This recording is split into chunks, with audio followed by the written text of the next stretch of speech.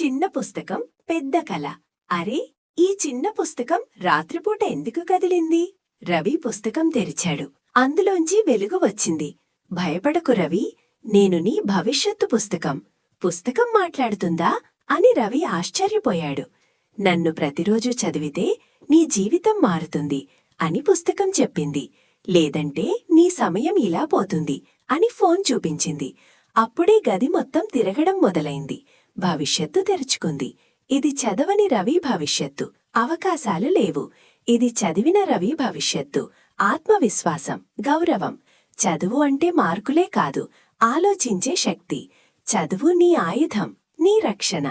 రవి పుస్తకాన్ని గట్టిగా పట్టుకున్నాడు. పుస్తకం నవ్వుతూ కాంతిగా మారి మాయమైంది. ఇప్పట్నుంచి రోజూ చదువుతాను అన్నాడు రవి.